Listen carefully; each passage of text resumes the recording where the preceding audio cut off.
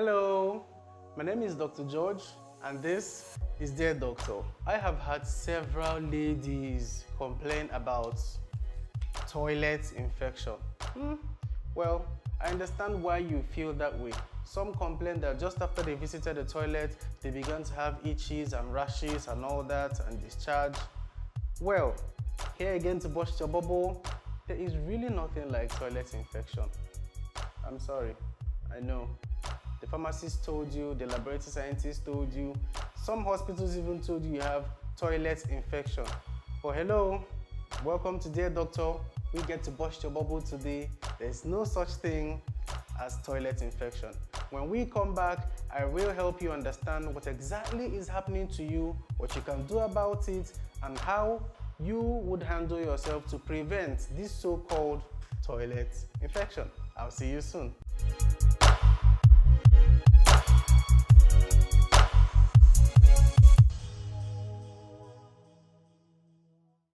And welcome back.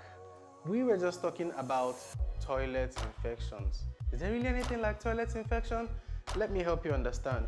First of all, you have to differentiate between sexually transmitted infections, okay, and what people are calling toilet infections, and then urinary tract infection. In fact, I think most people refer to urinary tract infection as toilet infection. Yes, and that's where we're getting it wrong.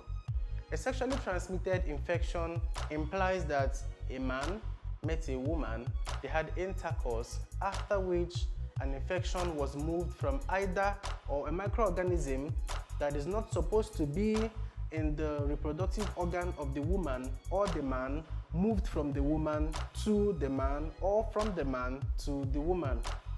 Is that plenty grammar?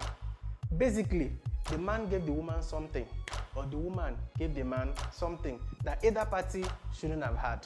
Yes, that's just it. That is more like a sexually transmitted infection. But a urinary tract infection is not really sexually transmitted. So what happens?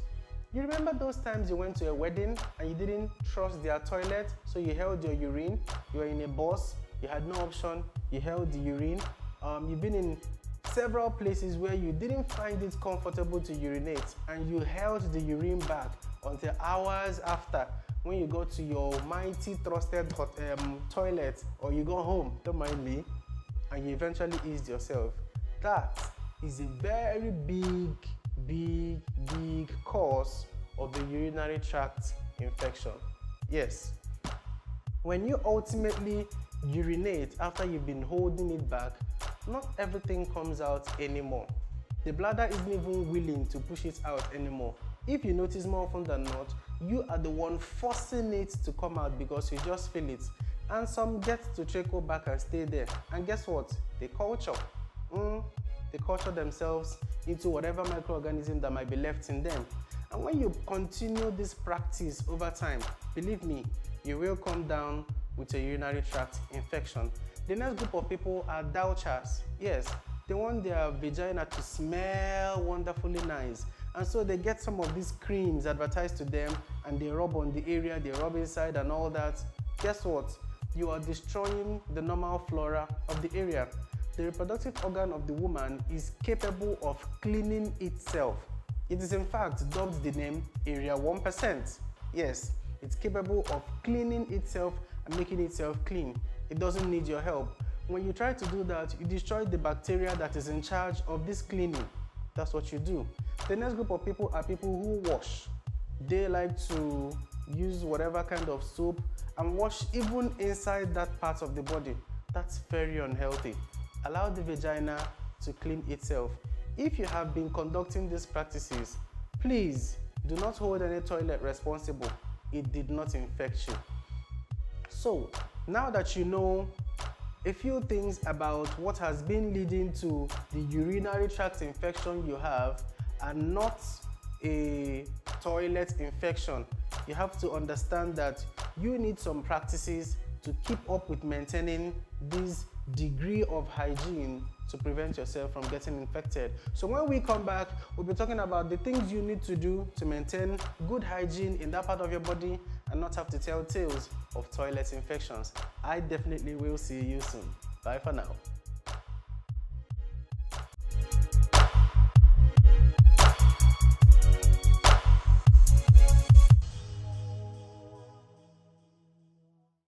And welcome back. We have been talking about toilet infections as opposed to sexually transmitted infections. It doesn't mean that your partner cannot give you an infection, but when that happens, it is a sexually transmitted infection. What can we do to prevent or reduce the chances of a urinary tract infection?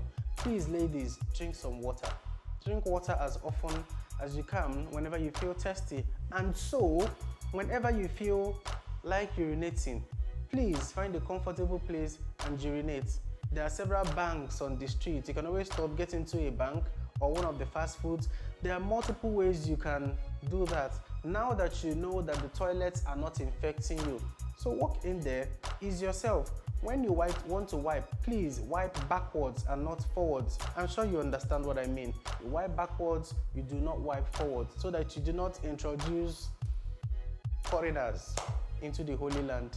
This feels so funny. Now, you also have to maintain very, very good hygiene with your undies. We don't even have to stress that. Okay, so I believe that with keeping up in these practices, and yes, of course, don't forget, no douching. Do not rub any special thing there to make it smell wonderful. You don't have to wash the place. Remember, it is capable of cleaning itself up. If you have further questions or any concern, feel free to reach us on our social media handles displayed on your screen right now. My name is Dr. George. This is Still Dead Doctor, and I definitely will see you same time, same station on JGig TV, the best TV in town, and we will handle whatever concerns you have. See you soon.